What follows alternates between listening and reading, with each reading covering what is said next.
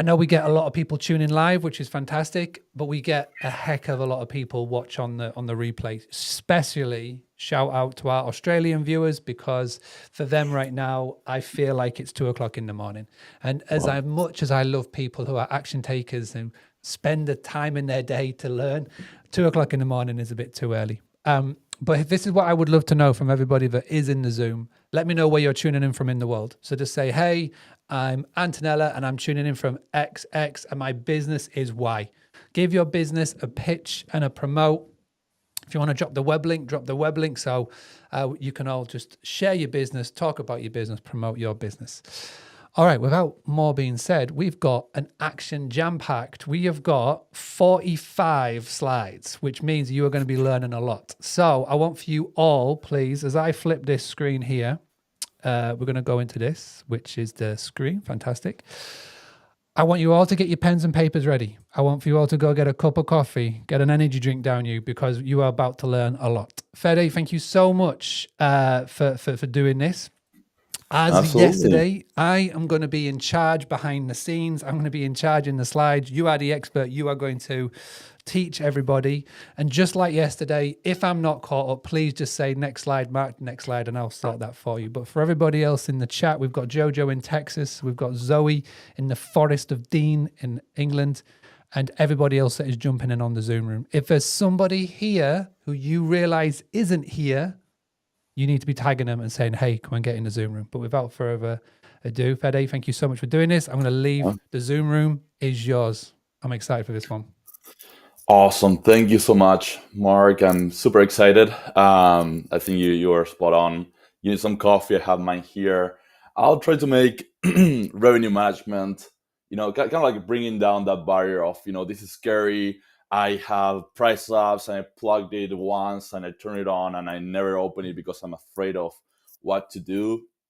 My goal with this presentation is not to actually tell you, okay, this is how to tweak everything in your pricing. It's actually giving you the mindset and the tools you need to understand how to take action and give you some action points for revenue management. Because revenue management is really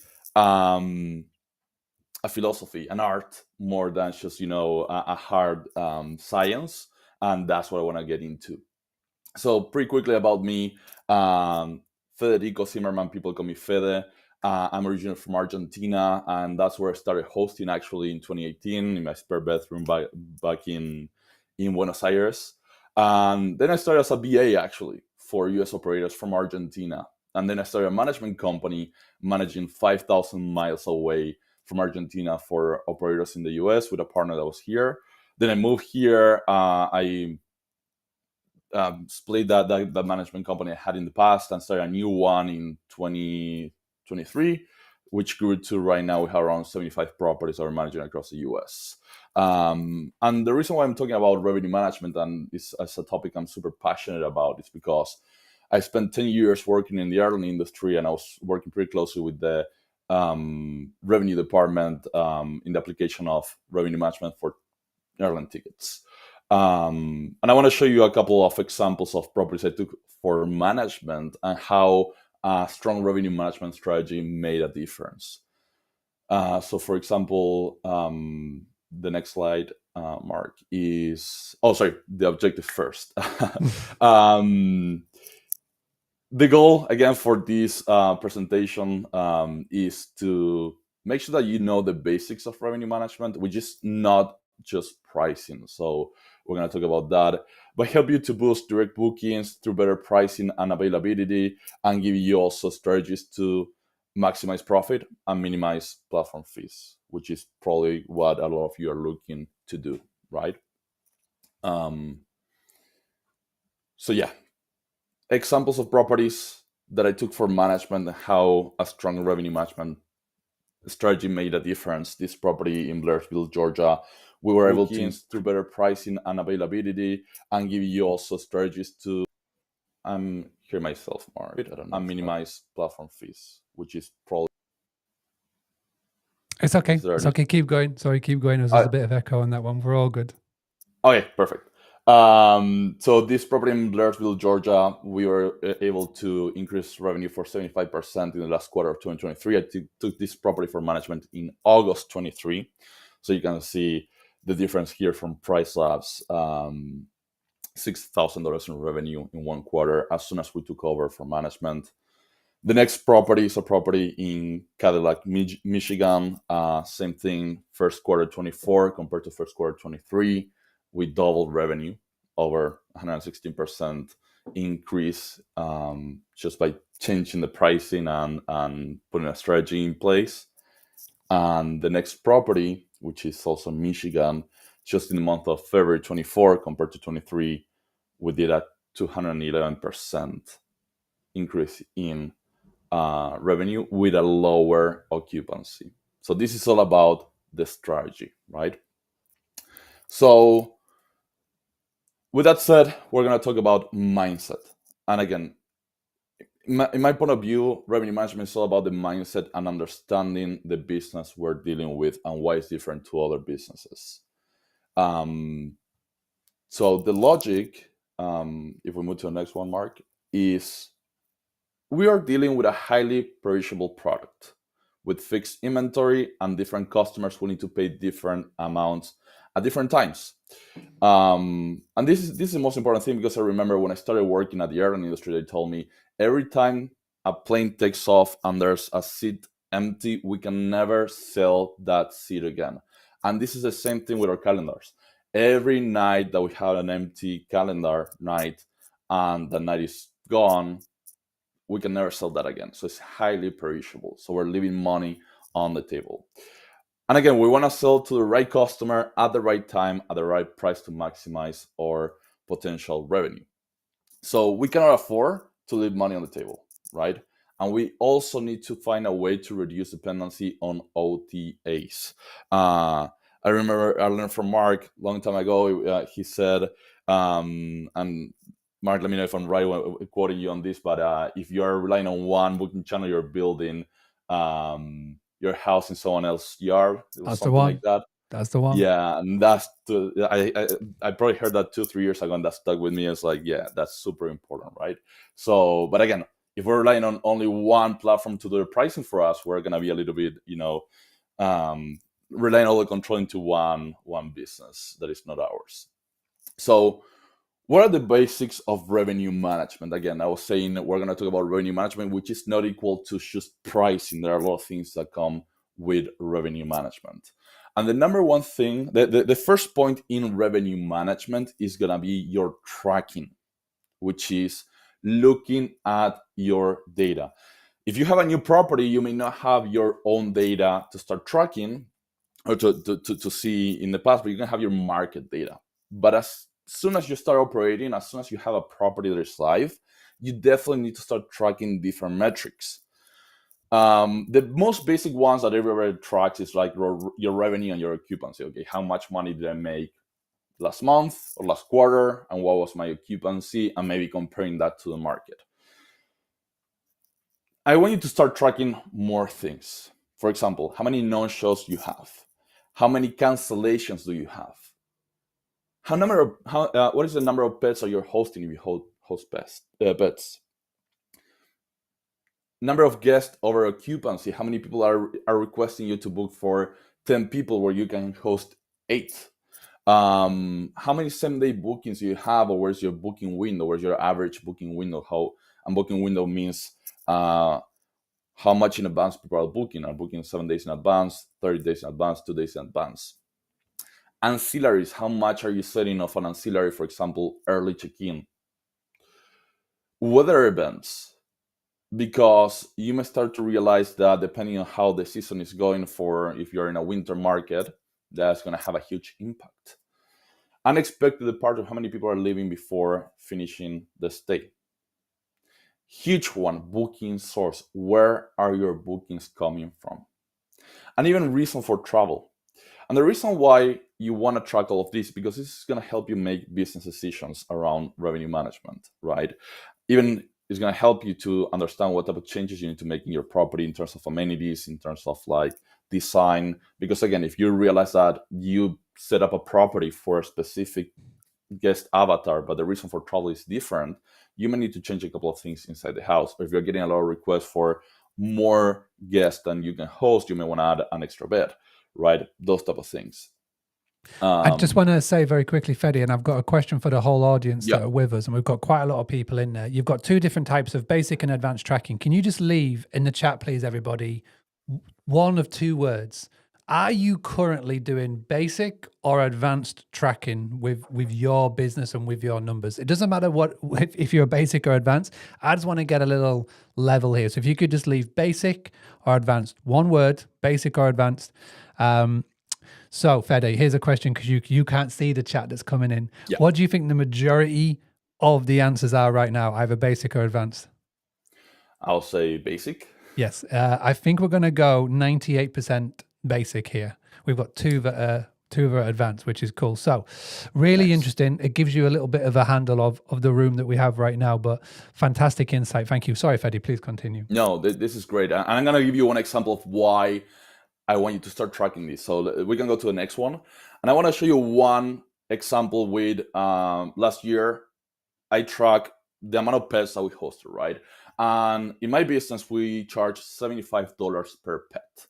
And I had a total of 308 pets across 141 states last year. There is a total of $23,100 in pet fees, which is a lot of money. Now, the reason why I want to show you this is because you know how pet fees are. You know, if you're charging per pet, you need to request per each one of the pets, and it's a little more sticky than if you're doing like a flat fee per stay for all the pets. And I know a lot of operators are doing that. They say I charge $100 for up to 3 pets. So I wanted to do the test. I said, okay, if I make it easier for my team when it comes to charging the pet fee, and I say flat $100 per stay, how much would I've made? And I would have made $14,100. So it's a difference of $9,000, and at an average of 20% on management fee, that's $1,800 that I would have charged less on management, right? So this is why I track all of these metrics, because then I can make these decisions. And you can reverse this and say, hey, if I'm charging, like any of you here watching this, if you're charging a flat fee per pet, or you're not charging a pet fee, you can start doing some numbers, pretty simple numbers. You can drop them in ChatGPT to do for you and say, you know, what is the potential revenue that you can make if you do different charges. So again, you can do this with so many different metrics that you can track. But this one for me was pretty insightful because I definitely wanted to make it easier, just charge one fee, but it wasn't going to be like a good business decision, right? So another huge one that we mentioned is tracking your booking channel source and repeat guests to build your funnel for direct bookings, right? And this is something simple. You can even find repeat guests in your OTAs. They have that metric, or go through your guest names and try to point out if you see any repeat guests. But the only way that you can start taking action and building a plan and saying, okay, I know that 89% of my bookings right now are from the one big OTA. How do I change that? Is by having those numbers and then building a plan, which we're going to talk about, right? And of course, you want to also collect guest data. And this is important because even though we're talking about revenue management, you may think, okay, revenue management is all about pricing. But no, again, revenue management in a hotel is a department that works with marketing. It works with purchases. It works with a lot of different departments because it's just the entire revenue is not only what is the final price in your calendar, right? So very important, collect your guest data, always in compliance with the OTA's terms of services, right? To retarget, because we know there's been a lot of changes lately. I don't want anyone to get in trouble. Just make sure that you're updated with the terms of services. Now, okay, we talk about tracking. This is the first part of revenue management. Start with tracking, looking at your data, and then you move into forecasting. Forecasting is basically having the crystal ball to look into the future, right? It's one of the most challenging parts for anyone doing revenue management. If you read any book for revenue management, they're going to say that forecasting is extremely challenging. It's basically taking your historical data that you analyze and then kind of like building this projection of what you feel the future is going to look like. Now, this is kind of like, the scientific method. You come up with a hypothesis based on all the information that you have, and you put it into practice, and you try to see if you're actually, doing things right and comparing your new bookings and new data compared to your past data and your goals. So this is basically forecasting. I want to give you one specific example so you can see how this works. I manage a bunch of properties in Michigan. Michigan is a fantastic market in the summer. As you know, lakefront properties with hot tubs and kayaks and all the fun stuff. They do amazingly well in the summer. A lot of operators, a lot of owners, they say, I just put a minimum stay of 7 nights and they get booked and I do great, right? And I say, okay, that is fantastic, but your entire market, by analyzing the market, everybody puts a 7 nights minimum stay, and there's just one more from the bunch. What if we offer something that the rest are not offering, which is a minimum stay of 3 nights, and we charge a premium for that? Why? Because when people are going to search for a short-term rental property in Michigan for 3 nights, they're going to just be a handful of properties because most of the operators are asking for 7 days. The outcome of this, if we move to the next one, Mark, is, let me see if I have the example. Here it is, this property, and you're seeing the screenshot. I took this from Price Labs, right?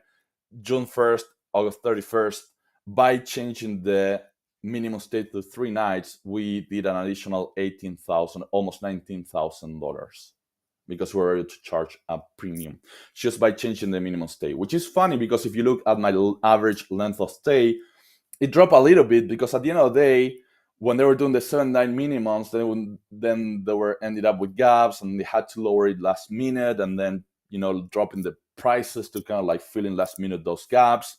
By having this far in advance 3 minimum stay, I was able to, again, a higher price, increase almost $20,000 in one summer. So huge difference, right? And that was from looking at my historical data, looking at my market, and then creating my hypothesis projection for what the summer can look like if I do this strategy. Something important I want to talk about when you are analyzing data, I love to talk about this, is called survivorship bias. And survivorship bias comes from World War II when the Allies were bombing the Axis and the planes were coming back, and they were looking at the planes and they were looking at all the bullet holes and they were saying, okay, we need to reinforce the wings where they had the bullet holes, right?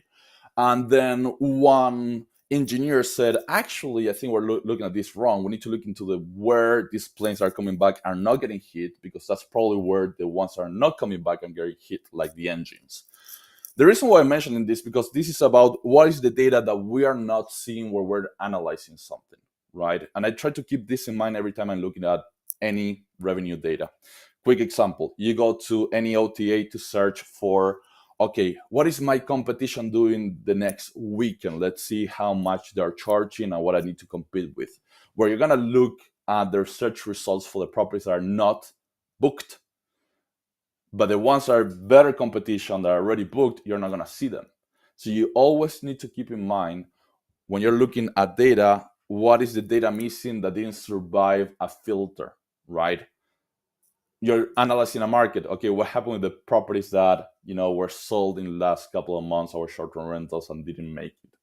So pretty important to keep in mind. Do you have any questions, Mark, or anything you want me to address before we continue? Just, it wasn't really questions, more or less it was statements. So somebody asked the question of, do you like touch data to collect guest data? Yes. Anything that is third party that is approved by Airbnb, all for it, which is good.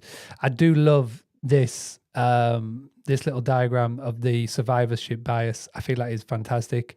I feel like that's where so many businesses, not just pricing, you can take absolute lessons from. Yeah. What I will say though to everybody, because I guarantee you're all making notes, any questions that come to mind, don't be afraid just to pop them in the chat. There is no silly question. There's no wrong question.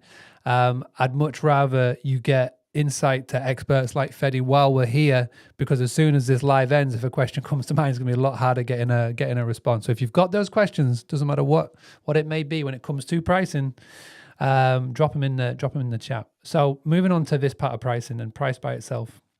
Yeah, perfect. Thank you, Mark. So pricing, and again, I wanted to make this point strong. Revenue management doesn't equal pricing. Pricing is a part of revenue management, and I'm gonna disappoint you a little bit if you were expecting here to come and say, "Hey, this is the exact price you need to put in your calendar this date." What I want you to understand about pricing is executing this strategy that you build based on your historical data tracking and your forecasting. I do want to tell you a couple of things about pricing that you're gonna find helpful.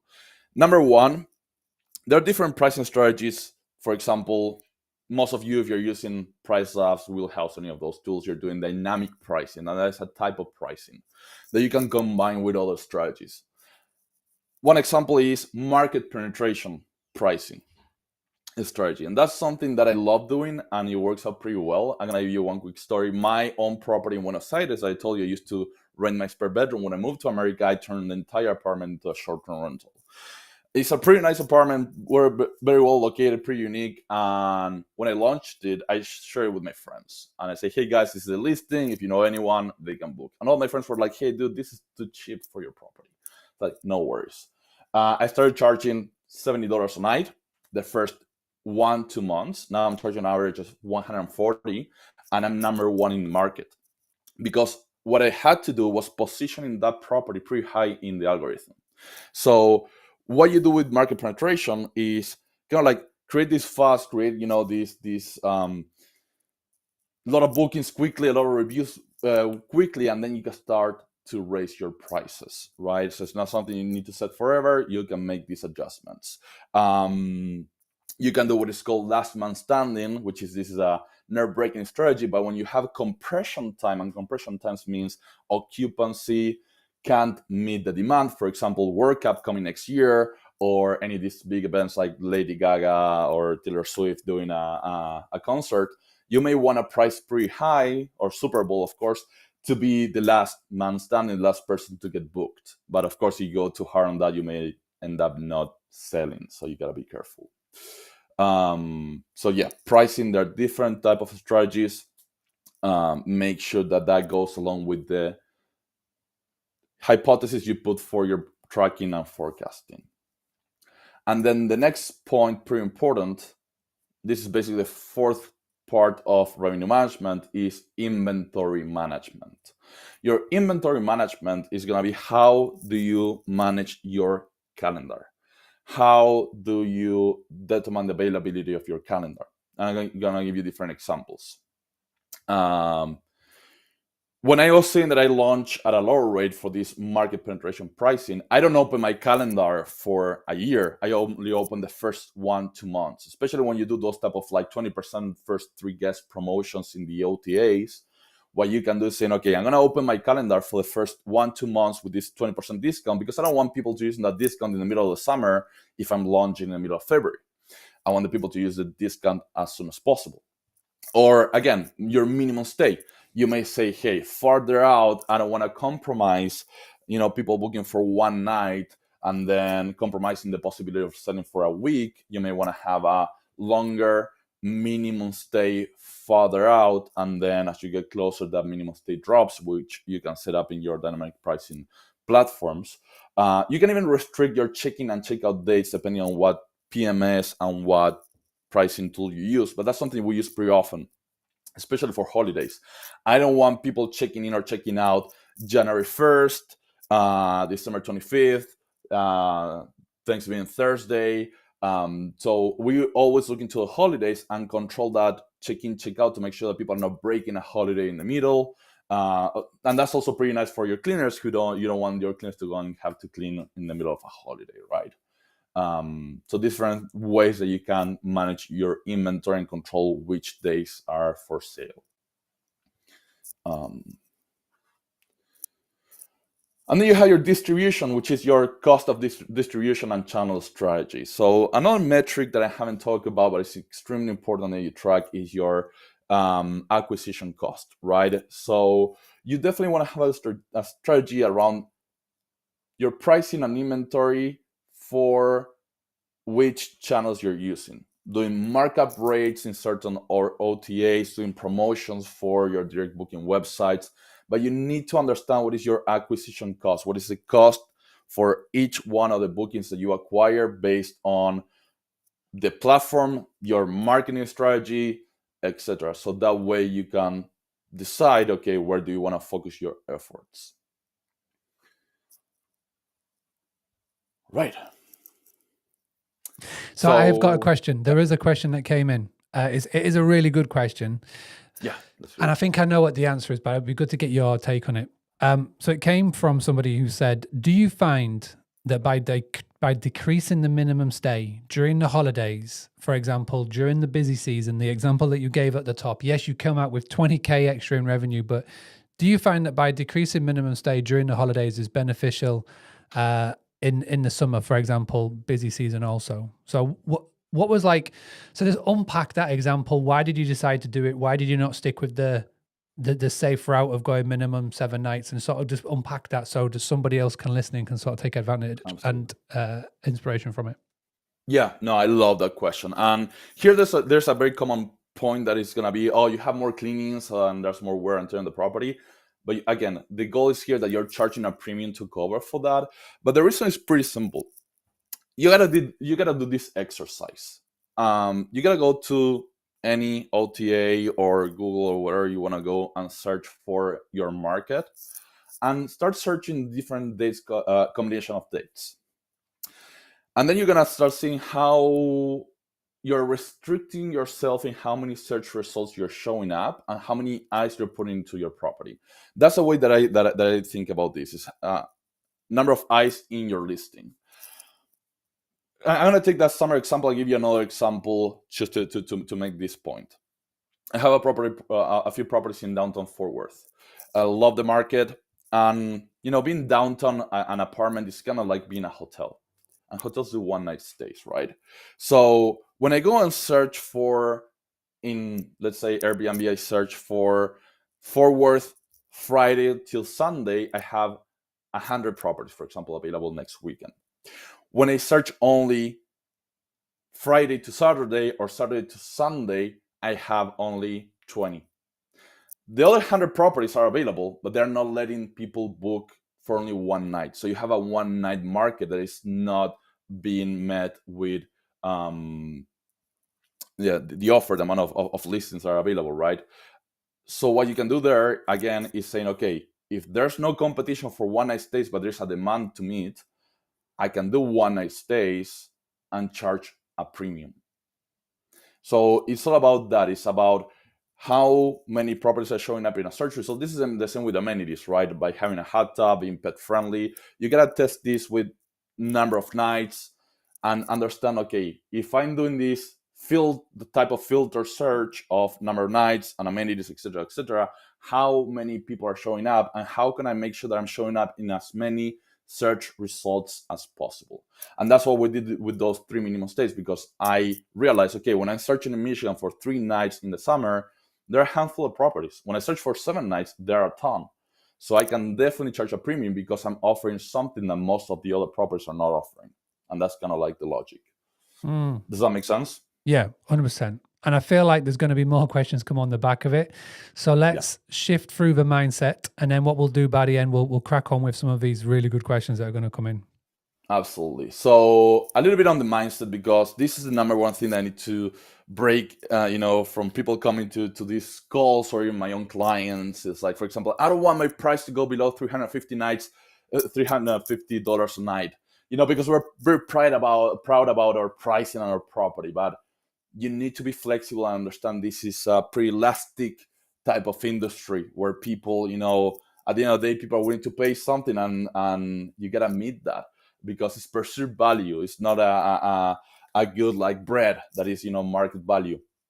I don't want to do one night stay bookings. Yeah, this can be a little bit challenging depending on your market. If you have a pretty large house, if you have an apartment, if you have a small house, do the one night stays. Just set up your process to make sure that you're vetting your guests correctly, and you're not going to have an issue, and you're going to have a full calendar. And you can charge a premium for those one night stays because you're one of the few doing it. I don't want pets destroying my furniture, right? Guys, pets friendly is one of the top amenities. when I take a new property for management, and as soon as I turn it pet friendly, we see an uptick on bookings immediately. And pets normally behave even better than humans. Very common question I have. I know you're on it, but can we do anything about next week? And pretty common question about coming from my clients, right? And we're constantly changing prices, constantly staying on top. This is the most important thing. I'm on top of the calendar every single day. I have a team doing revenue management with me.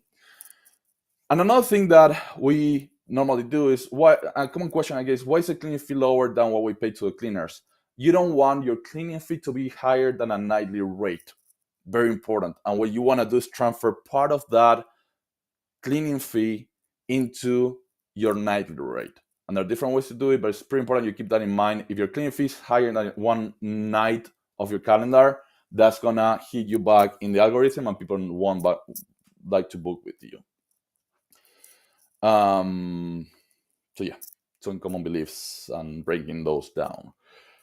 It's really good because everything that you said here with these common limiting beliefs, I've seen the messages in the Zoom already, so I can see what's coming up, and we can definitely you'll be able to knock these down one by one. So Yeah, let's move absolutely. on to minimum price one. Okay, another common thing that I want you to think about. Do you care about your ADR or your RevPAR? And this is some revenue management terminology that if you're not familiar with, I'm going to break down pretty quickly. Your ADR is your average daily rate, and your RevPAR is your revenue per available rental. So your ADR is telling you, okay, what was the average rate that people booked your calendar? So let's say that you have a calendar of 30 days and you have people booking 2 nights sold at $1,000. Perfect. Your ADR is $1,000, but you had only 2 nights. You made $2,000 entire month, right? Your RevPAR divides that by the occupancy and tells you the actual number that you made in the month is your actual revenue, and the RevPAR is the indication if you're being profitable or not. So I always talk about this because I hear people about, yeah, I price at a minimum 500. I don't want people to book lower than this. At the end of the day, you need to care about the final number you have in your bank account at the end of the month over what price you were displaying to people, because that's only like showing off, in my opinion. The compounding effect, this is huge, and this is a conversation I have pretty often. Sometimes you gotta be willing to take bookings at a lower rate that you're willing to take, especially in the low season, in the worst days of the week, because you're tricking the algorithm. There's a compounding effect into taking those lower bookings in the middle of the dead winter in this property that is not very popular in the winter, because when the different platforms see that you're getting these bookings when no one else is getting booked, then they're going to prioritize you because they consider you're a great property, and you're going to get showing up higher and higher in the algorithm. So there's a compounding effect again into getting more bookings, even if it's a lower rate, because it's going to have a huge benefit in the future. A pretty common question. What if I get someone to book at a lower rate, but only if they stay for a few days, so they will still pay a significant amount, making sure it's not a cheap guest? And this is the logic here. You can play with length of stay discounts. I do a lot of these, where we say, okay, you book for 1 night, 2 nights, you pay the rate that I have published, but if you book for 5 nights, I give you a length of stay discount. That way, yeah, you're paying a lower ADR, but you're still paying a significant amount. Your booking total price is still something that you got to come out of pocket. You're taking my midweeks, and I'm getting more money. So think about your length of stay. Be willing to offer this type of discounts. That way you make sure that, hey, okay, again, I'm filling my calendar, lower rate, but I'm knowing that these Wednesdays, Tuesdays I normally get empty, vacant, I can sell them in combination with the weekend, and you're going to have more revenue at the end of the month. And I want you to keep in mind, you have fixed costs for operating your property besides your mortgage or utilities, just having the property live. If you do property management, you know this. You have a property that your owner is pretty strict on the bookings, and you have the calendar vacant, and you're paying for your PMS, dynamic booking, your direct booking website, you're paying for your channel, your marketing. So that those costs you got to cover for that. Same thing with pet friendly. I highly encourage everybody to be pet friendly. Do your research on other host feedback. My feedback is fantastic. I love hosting pets. You can build a list of things to purchase for the property, like um, couch covers, doggy bowls, and stuff like that. Check the average revenue generated by pet fees and percentage of claims paid by Airbnb. I honestly, like, if I have an issue, I send a claim to Airbnb, or if you use Waivo or anything like that, Happy Guest is what I use. I get paid. It's really, really, really beneficial to be pet friendly, again, for the number of searches that are going to show up when people are filtering. And check what your competition is doing. And I want to give you a pretty visual example, Mark. If we move to the next slide. Yeah. We have here, and this is a screenshot I took from Airbnb, right? But doing a search in a specific market, I don't recall exactly which market was this one, but just a simple search for a specific date. I have 418 properties available. And once I say, okay, I want to filter, I want to narrow it down for, in this same search, only properties that allow me to bring my pets, I'm cutting the competition to 144 properties, more than 50%. And then when I add a hot tub, it's only 6 places. This is a screenshot, example I use when I'm talking to my clients for property management. I say, hey, I know you don't want to host pets. I know you're still thinking about putting in the hot tub. Let me show you why we need to do it. So just to stop you there, and there's been a really, really good question. And I feel like this is the mindset that a lot of people are going through. It doesn't matter what the model that you operate in. If you're an owner, you're a manager, arbitrage, this is really good question. So Katie put, I've just added pet friendly in the last 2 weeks to increase occupancy and revenue. We did a flat fee to see what others were charging for pets. So we didn't want to be higher than others we were competing with, same bedroom or who were higher revenue occupancy already. So basically same bedroom rate as them, as in the same amount of numbers of beds, etc.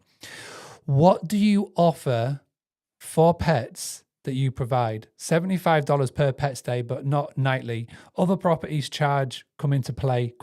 I was so nervous this last weekend when guests booked 2 nights before arrival and had dogs. So when you've got somebody like Katie who is, chatting to you about this, Fede, and, you want to walk them through why it is beneficial, how would you sort of speak to that? Yeah, no, that is great. And I will say, number one, put your boundaries. You don't want to take any pet. What we do is we put pretty clear in our listing description what type of pets we're allowing. So we say we allow only dogs up to 50 or 30 pounds, depending on the property, if it's a small property. And we do the pet fee, we do it per pet per stay, $75. And the reason why we do that is because I want you to remember, you're not only competing with other Airbnbs or short-term rentals, you're competing with hotels, and you're competing with boarding the pet in the local boarding hotel, or calling pet sitter, right? Because at the end of the day, there are different options. It's not just like choosing another Airbnb with a lower or higher pet fee. So if you think about the average boarding cost is around $75 a night, I think, or $50 a night. This is pretty competitive. Now, you want to make sure that your communication with your guest in your messages and everywhere is pretty clear based on your expectations. Like, for example, not putting the pets, not letting the pets on the furniture and stuff like that. Something a lot of operators do, and we do a few properties, if we leave old blankets that we don't use anymore, or sheets in a basket for the pets to cover the furniture, and then we leave doggy bowls. And if you have a yard, this is something we also have in a bunch of properties. It's just the doggy bag dispenser and a little bin outside to make sure that they're picking up. And we also communicate, again, depending on the location and the setup, things like, there may be an extra fee if we need to pick up after your dog in the yard, or making sure that they're not off leash. So the neighbors can be an issue, again, for many properties. The people guests are leaving the dogs off leash on the backyard, and they go to your neighbor's house. So that's another thing to consider. Is that answering the question? Or yeah, no, you 100% are answering the question. And I feel like when it comes to it, and if you look at this example here, is if you are, again, it all reverse engineers to your customer avatar. Okay, so think about where you are. Think about what your area offers, and think about the type of guests who come, right? And then you've got to look further afield and look at the type of traveler at the moment. More and more people than ever before are deciding to travel with pets because for whatever reason, maybe kennel costs are getting too high. Maybe they haven't got anybody that they can leave their pet with and they still want to go on that staycation. Or maybe it's the fact that they just like having their pets with them when they travel. You know, that is becoming more and more common now. And I've always said, and this is a very typical business cliche or investing cliche, is that when everybody is fearful, you be greedy. And if there's a better example or a better screenshot that you can see, it's the one that Fede has here. So random location on Airbnb, doing his research, no filter, 418. So there is a ton of competition. You are literally one of hundreds that future potential guest could book. You drop an extra filter in of pets and it knocks it down by almost a quarter. My maths is shocking, by the way, so it's probably wrong, but 144 is still a lot, but not as much as 418. Then he added in a hot tub, and then we all know hot tubs. You know, again, we all love or hate hot tubs.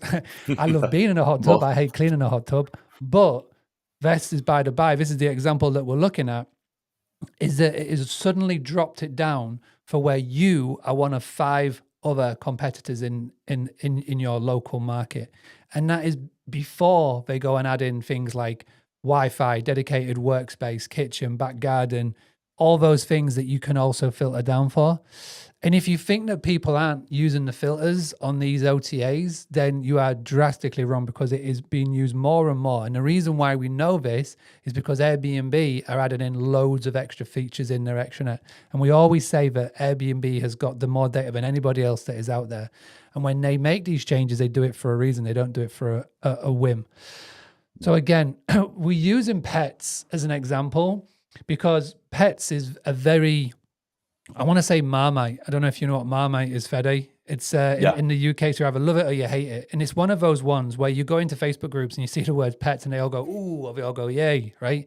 This is just an example. You could substitute pets for loads of other examples. One night stays being one of them. I'm sure we'll talk about that. Or all the other things that you can do. This is, again, we're talking about it, and Fede's put a thing in there. It's called limited beliefs, right? And the problem with common limiting beliefs is that we make so many business decisions based on our personal preference or what we assume the market wants, right? This is where you go to basic and advanced tracking.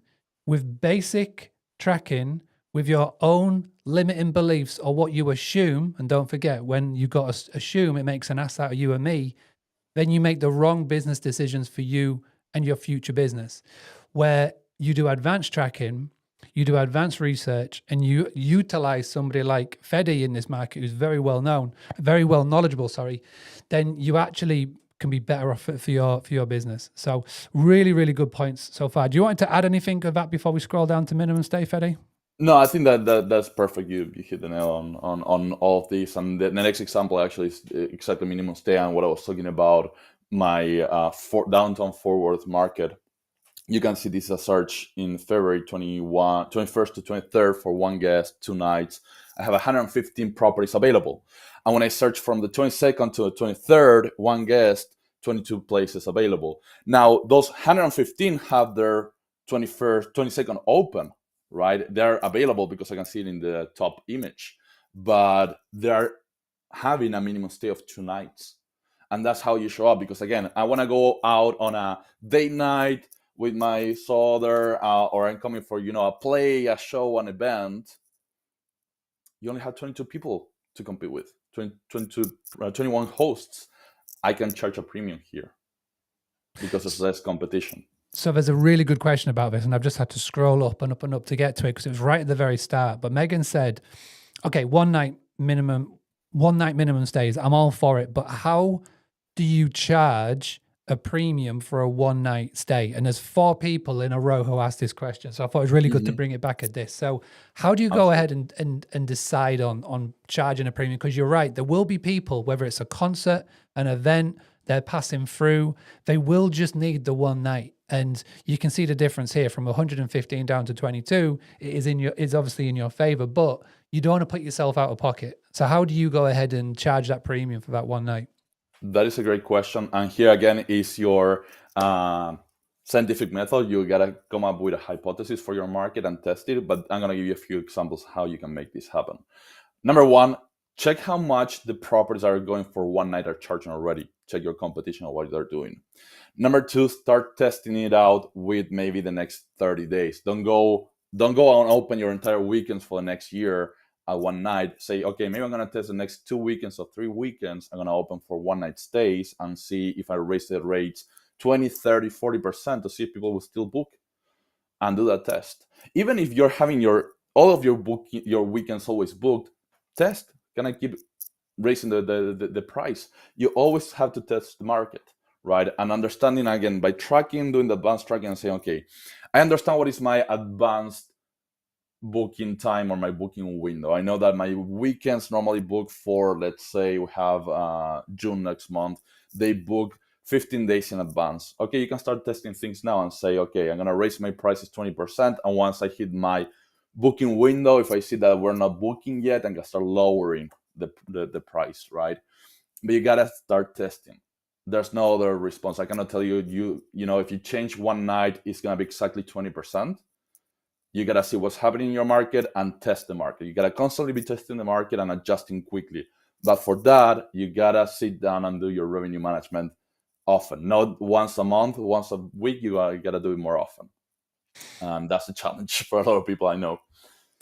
So there's a really cool, just very quick follow-up question to that before we go into KPIs. Yeah.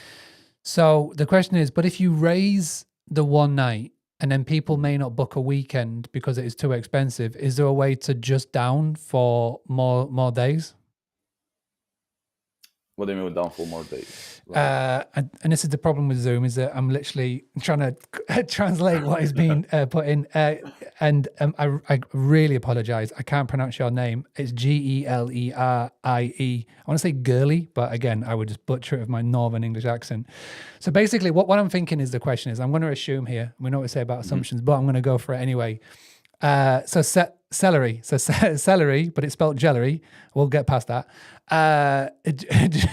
Jewelry. That's just trying to spell her name so I can pronounce it. Bless you. But here's the question: is that okay? So we go for that rate, and we're going to test, and we put the price up massively, right? It doesn't work.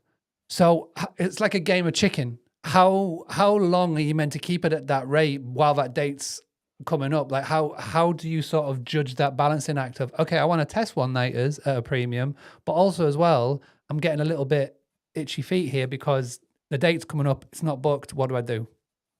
You bring it down, and that's why you only test like the next 2 weeks, 3 weeks first, and not do significant changes. Let me give you the example of that Michigan summer change that I made for the 3 nights, right? Those tend to book far in advance. Like your summer tends to book 90 to 180 days in advance. By knowing my booking window, I know, okay, I'm making these changes and I'm tracking my bookings I'm getting for the summer, and I compare that to my summer last year because I had the data. Or you compare to your market if you don't have the data by doing your market research. And then you start seeing how you're moving. This is called pacing and pickup. You're looking at your pacing and you're comparing, how I'm doing for the next July compared to July last year. And you can actually, I'm going to show you in a second how you can track this on Price Labs. You can see your data for next month and your data for next month, same time last year. And that's going to give you a pretty visual example, say, okay, I'm in the right path or not. And again, you don't need to make changes drastically. You don't need to say, okay, I'm going to do one night stays at 40% increase. You can start with 10, 20, 30%, and then testing, right? But you need to understand your property, your booking window. It's not the same an apartment that books last minute that a house with 10, 16 guests that book normally 30 days in advance. So if you're having a property that books 30 days in advance, you need to understand that within 30 days, if you don't see bookings, you need to start making changes, right? So there's no one exact answer.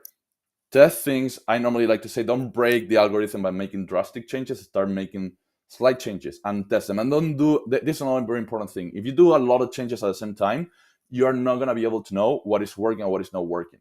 Do one change, test it. I love it. Track the data and understand if it's working, and then change another thing.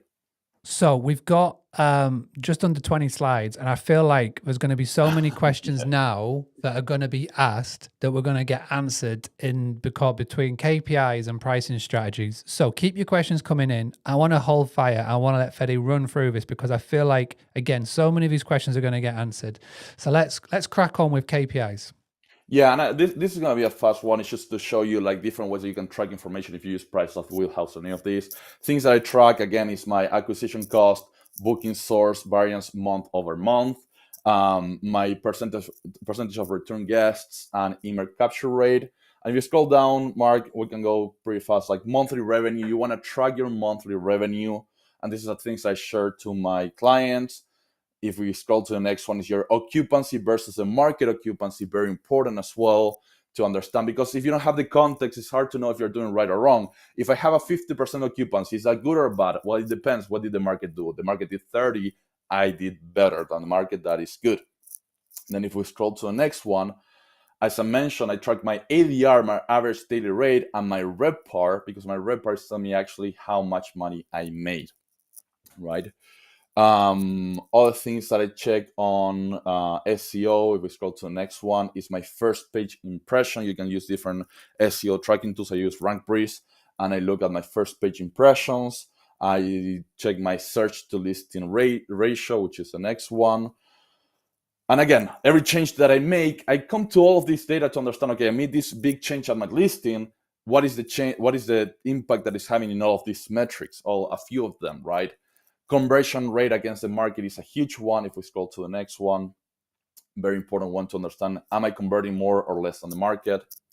And then the next one, which is great, if you use Pricelabs, I challenge you, go to the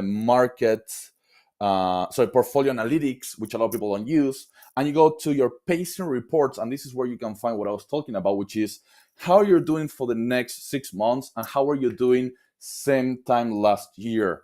Because very common misconception is we look and we say, oh, but this time my summer was super sold. I was already full by the summer. And the reality is that sometimes it wasn't like that, but you had that mental image. And you can use this to go back and say, okay, May 6, 2024, how was your summer looking? And what is it looking May 6, 2025, the next summer? And it compares both. And it tells you what was your occupancy by this time of the year, same time last year, and what is your current occupancy, and you can compare. And this is also going to give you a lot of peace of mind to understand if you were doing kind of like the same and you ended up with a good month. So question is, where do you see this data? So you obviously use Pricelabs, and I assume for listing to booking conversions, you're using what tool for this?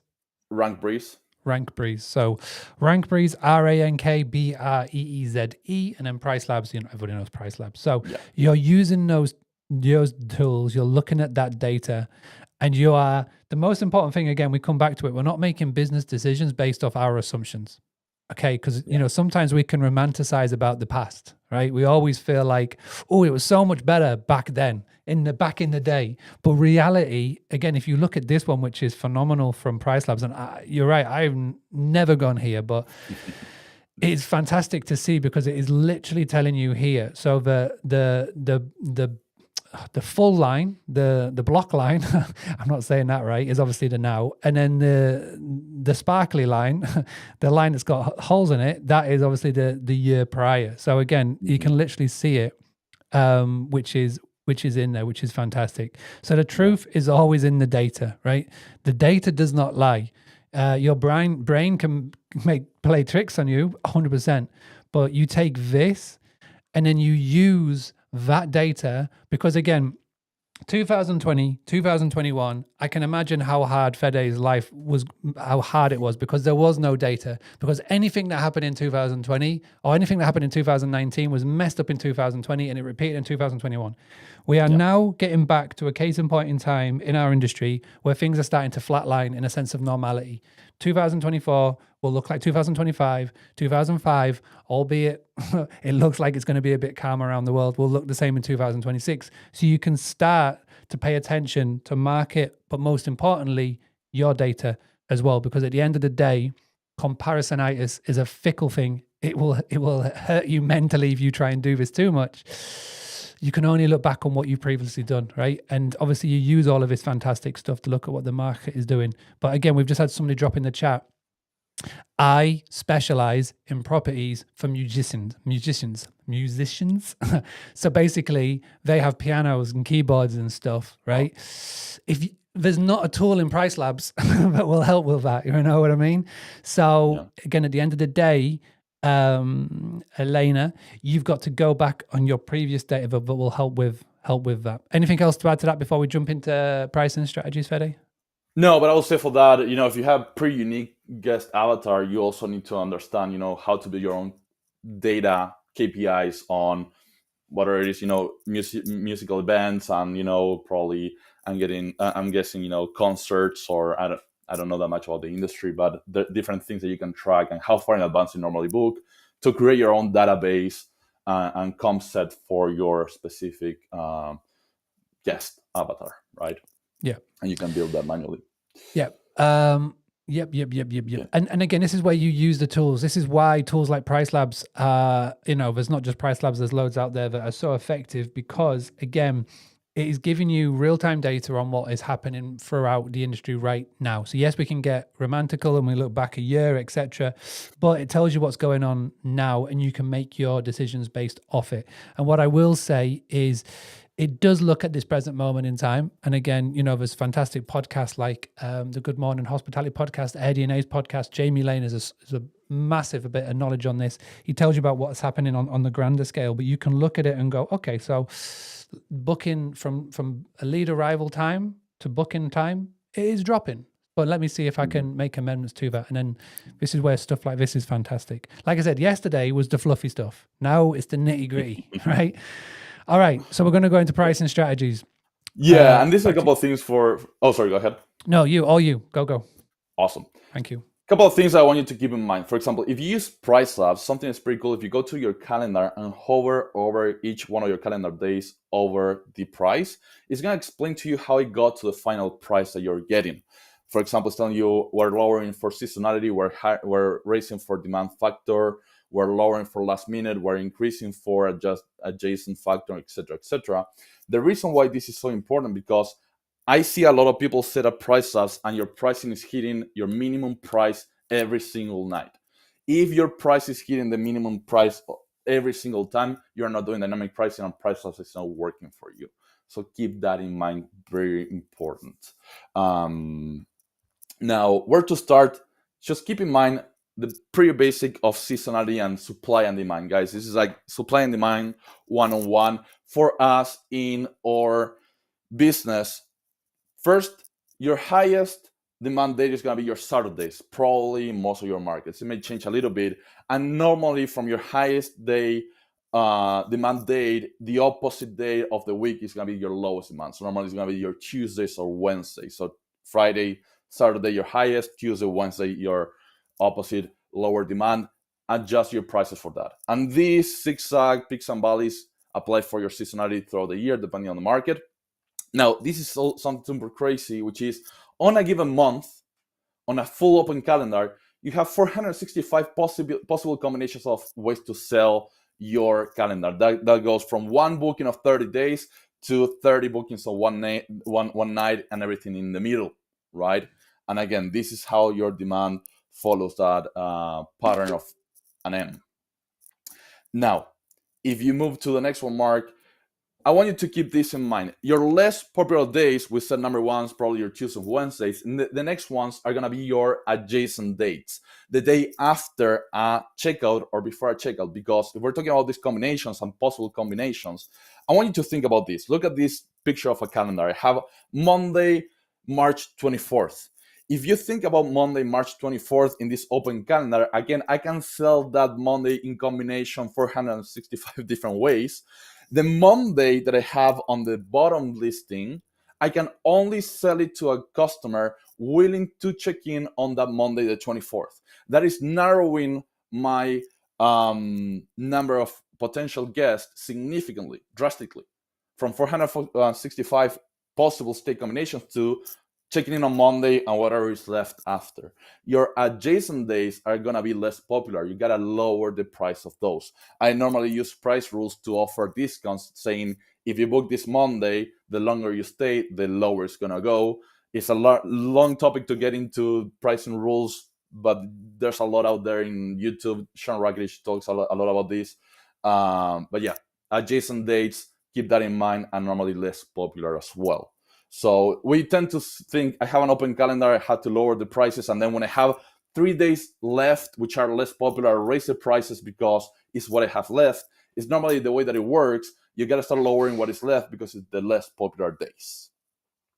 The next one is, again, I talked about this before, I restrict my check-in and check-out days for holidays to make sure that people are not breaking my holidays in half and they're charging less. I can do this in Hostaway, which is my PMS.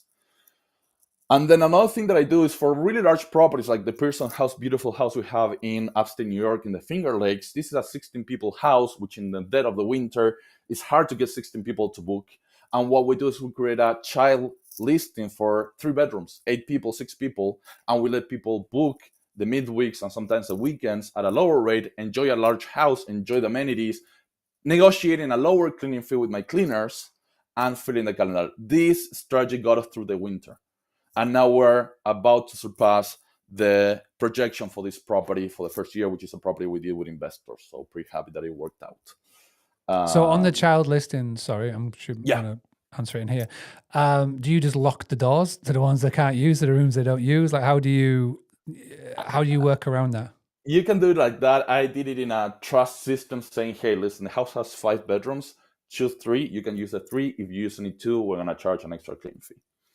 And of course, we monitor how many guests. It worked out because of our way of vetting guests. Now, if you don't feel like that's going to be the case in your property and you struggle with guests, which depends on many factors, you may want to block, like literally lock 2 of the bedrooms. I assume that as well, that Hostaway have a really good feature for this. I assume the child listing is PMS dependent. Some PMSs offer it, some PMSs won't, I assume.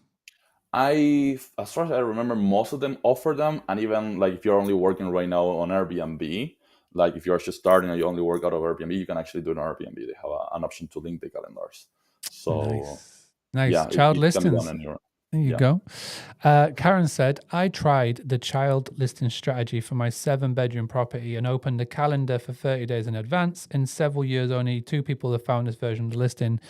Do you close off a section of the house or do we have access to it? So we just answered that as I was reading it coming in, which is very, very cool. I like that one. All right. So we're going to go into a topic close to my heart, driving direct bookings. Yeah, and direct bookings. So first of all, you need your tech stack, working with Boostly, of course, your PMS, your CRM to collecting guest data. And something that's a great tip is just having a physical sign with a QR code in your properties and saying, hey, scan here, book direct, save 10%. And then during your direct booking campaign ideas, which is this goes closely with revenue management. Things that we do for our property management company with our email campaign. Number 1, when we launch a new property, if you're a property manager, if you are self-operator with multiple properties, we send and we blast people, hey, this is our new property, right? And we're offering like a promotional rate. Or you can do midweek or low season specials. You can do, and this is something that hotels do, and you can take this idea saying, hey, book 3 days and get the 4th one for free, which normally is going to be a Wednesday or something like that. Or refer a friend and get a discount or, get a discount for yourself for the next stay. So some action plan for you guys after here. Your 7-day revenue management direct booking tune-up is review your pricing by day of the week, identify your top performing channels and what you need to change, set up your email capture working with Boostly and Stayfy, create 1 direct only promotion, track your KPIs like your RevPAR, direct percentage, direct booking percentage, and repeat guests. Update your minimum stays for midweeks, for example, and re-engage past guests with an offer. That's kind of like something you can start doing right away. Fantastic. And I know it's I was just going to say, we've actually put together a little checklist, just like yesterday. Monday checklist. I've put the link in the Zoom chat now, boostly.co.uk/Tuesday checklist. print it off, download it. And as you are going through, because there's a lot of things to get through here and the action plan is a lot, you can literally tick along as you go. So thank you very much, Fede, for that. And can we all please show Fede some love in the chat? Hit that little reaction button, the love heart emoji button, all those good things. And if you have a question, if a question's been burning inside you, or if you asked it and I haven't got to it, now is the time to ask it before we finish this session. We've got about 5 minutes left. So if there's a question that has come to your mind and we haven't answered it, please pop it in. Please make sure that it is pricing and everything we've talked about. Yesterday, somebody started asking about something totally different and I was really through me. But if there is any other things. Now, is there any other final things, Fede, that has come to mind since we've been talking? Anything that you would like to leave people with? I will say definitely, it is what is the word to say? And it's challenging to get into revenue management. And I know this call maybe left you with more questions than answers sometimes. Sarah from the Carlos always says that this type of presentation is like drinking water from a fire hose. But I feel like, my goal with this is to tell you this is totally doable. You just need to sit down and grab these concepts and start researching. Use ChatGPT. Priceless has actually like a whole training section that you can learn a lot of these things. And then trying to start seeing, okay, how can I use data to make decisions? Listen, I'm extremely bad with math. I always fail in math in school. You don't need to be good at math. It's just about the logic. And this is psychology over math. It's literally psychology. So it's more about that mindset. And that's why I talk a lot about mindset and not actually like, hey, change your price $1, change your price $2. It's how do you present your pricing in a way that is really, really great for your potential guest to say, hey, this is the property I want to choose. And how do you make sure that you're showing up and you're showing up above your competition? That's it. Love it. Okay, so a couple of quick questions come in. Tim said, can I ask if the child listing, so going back to the child listing theory, will that be a totally separate listing on Airbnb, Vrbo, Booking.com? Or will that be, so it is, It is, it has its own reviews and everything, so... Cool. Okay, so I've put up on the screen now, so if you could all look at the screen, this is Fede's website, blackbirdhm.com. If you've got any more questions or if you'd like to speak to him about using his potential services for your short-term rental business, there is a little form on here that you will go and submit. It will go through to Fede and his team, and he will obviously be in touch. But Fede is a wealth of knowledge and information and has helped a lot of really, really good people. And as you can see from this, there is a clear strategy. It's a part of trusting the process. You've got to, for those of you doing the management model, yes, you've got to change your own beliefs, but you've got to change the beliefs of your homeowners as well, which sometimes can be easier said than done. But there is definitely an absolute clear roadmap there. And, we have flown through this in just over an hour. This is being recorded. It will be up in the Facebook group, so you can go back and you can watch it for the rest of this week. After this week, the videos will disappear. So if you have to go back and rewatch for whatever reason, if your Zoom call dropped out or whatnot, it is literally in the group right now, as you can see it here, as is or was Emily's session from yesterday. And of course, we are back tomorrow for day 3 of the boot camp, the final day with the amazing Haley Marie Anderson. So, Fede, everybody is showing you some love here. Please go to the website, blackbirdhm.com, or come and find him on any of the socials. I assume you're on Facebook, LinkedIn, Instagram? Yeah, especially Instagram. That's where I'm big as your guide. So if you drop me a DM on Instagram, that's right now where I'm most active. I've noticed you've been very active on the old Instagram. Yeah, I know. I need to get into LinkedIn and Facebook. I promise I'm going to do a better job. But right now, if you need to drop me a DM, do it in Instagram, and I'm definitely going to get back to you. Feel welcome, to share feedback, tell me, questions, anything. Happy to get back to you. Amazing. Felix, Alex, Karen, Louise, Tanya, Kenny, so many people. We've got people from all over the world, including Saudi Arabia. So many places I've seen that have just dropped in here. Thank you so much for tuning in today as yesterday, and we'll be back tomorrow. Again, if you've missed anything, come into the Facebook group. It's literally there. We've got tons of information in and about tomorrow's session as well. Let's call an end to it, shall we? Thank you